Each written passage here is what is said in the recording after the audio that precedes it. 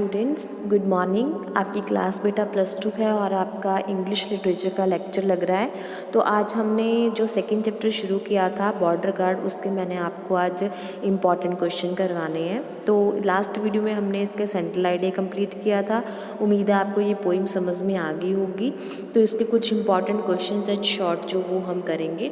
तो आप first question है उसको छोड़ दो, सेकेंड क्वेश्चन करना है। How does the soldier know that his counterpart is whimpering over a letter from home, is it a mere guess work. कहते शोल्जर को कैसे पता चला कि उसका जो काउंटर पार्ट है, उसके बॉर्डर के जो पार बंदा बैठा है, शोल्जर बैठा है, वो उसका लेटर घर से आया था।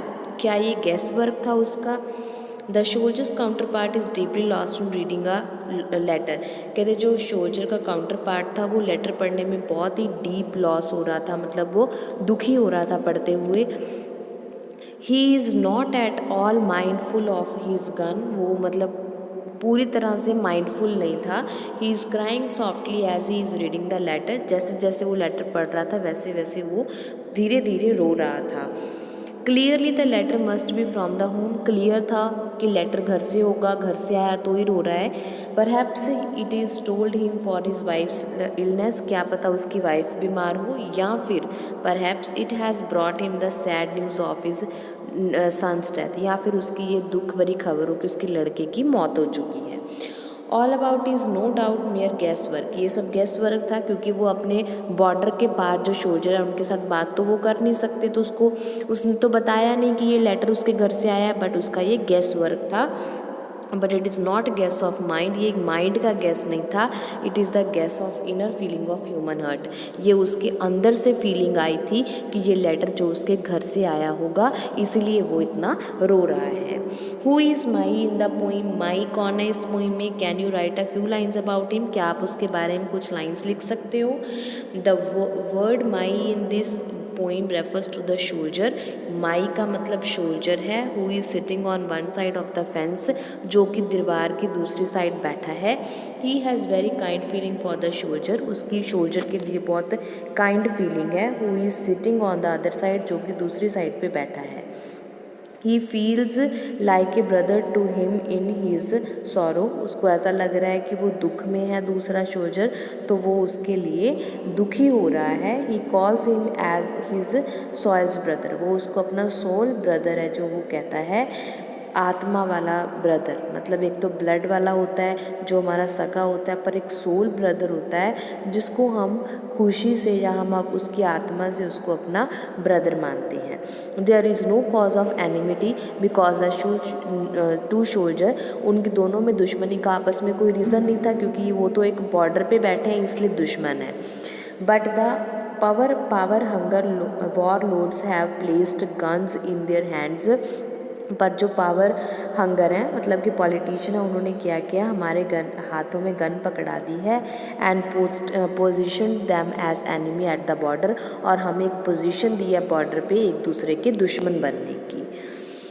How does the narrator react to the sadness of his counter, narrator है जो वो अपने जो साथी है उसकी दुख को कैसे रिएक्ट करता है।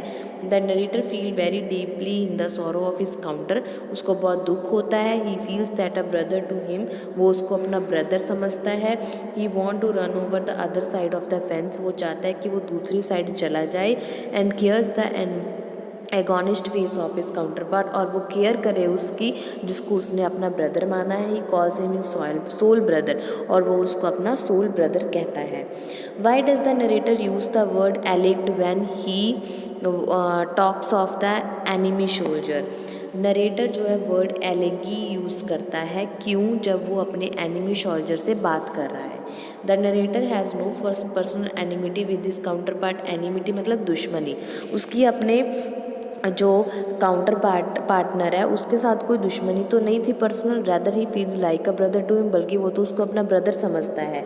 He shares the same human feeling with him, वो अपने साथ है उसके साथ अपनी खुद की जो फीलिंग्स है उसको शेयर करना चाहता है। It is only power hunger warlords who placed gun in their hand positioned them as a enemy at the border, ये तो पावर हंगर हैं जो पॉलिटिशियन है जिन्होंने उनके हाथों में गन थमा दी है और उनको आपस में दुश्मन बना दिया है। दैट दैट इज़ वाई इसीलिए नरेटर यूज़ द वर्ड एलिग्ड, इसीलिए वो एलिग्ड वर्ड यूज़ करता है when you talk of the enemy, जब वो दूसरे अपने दुश्मन सैनिक से बात कर रहा होता है। He was only an alleged enemy not the real enemy, वो सिर्फ एलिग्ड एनिमी है, मतलब सिचुएशन ने पॉलिटिशियन ने उसको एनिमी बना दिया, वो रियल में एनिमी नहीं है। How are the two soldiers related, two soldiers आपस में कैसे रिलेटेड हैं? The two soldiers have the same human feelings in their heart, दोनों में एक ह्यूमन फीलिंग है। They are like brothers to each other, दोनों एक दूसरे के भाई हैं। One calls the other is soul brother, एक उसको सोल ब्रदर कहता है। He feels deeply for the other sorrow, वो दूसरों के दुख को समझते हैं। There is no cause of enmity between them, उनके बीच में दुश्मनी का कोई कारण ही नहीं है, वो तो अलग अलग देश के होने की वजह से एक दूसरे के दुश्मन है, बॉर्डर पे बैठे हैं इसलिए वो एक दूसरे के दुश्मन बने हुए हैं। ओके बेटा, समझ में आ गया आपको इम्पॉर्टेंट क्वेश्चंस? फर्स्ट आपने करना नहीं है, बाकी जो 5 क्वेश्चंस है वो आपको अच्छे से करने हैं। उम्मीद है आपको समझ में आ गए होंगे। अगर फिर भी कोई प्रॉब्लम लगती है तो बेटा आप कभी भी मेरे को कमेंट बॉक्स में कमेंट करके पूछ सकते हो। ओके, नेक्स्ट वीडियो में मैं अगला जो आपका 3rd चैप्टर है उसको पढ़ेंगे, तब तक आप इसको अच्छे से रिवाइज कर लो। अगर कोई बात समझ में नहीं आती तो आप मेरे को कभी भी कमेंट बॉक्स में कमेंट करके पूछ सकते हो। ओके बेटा, बाय बाय।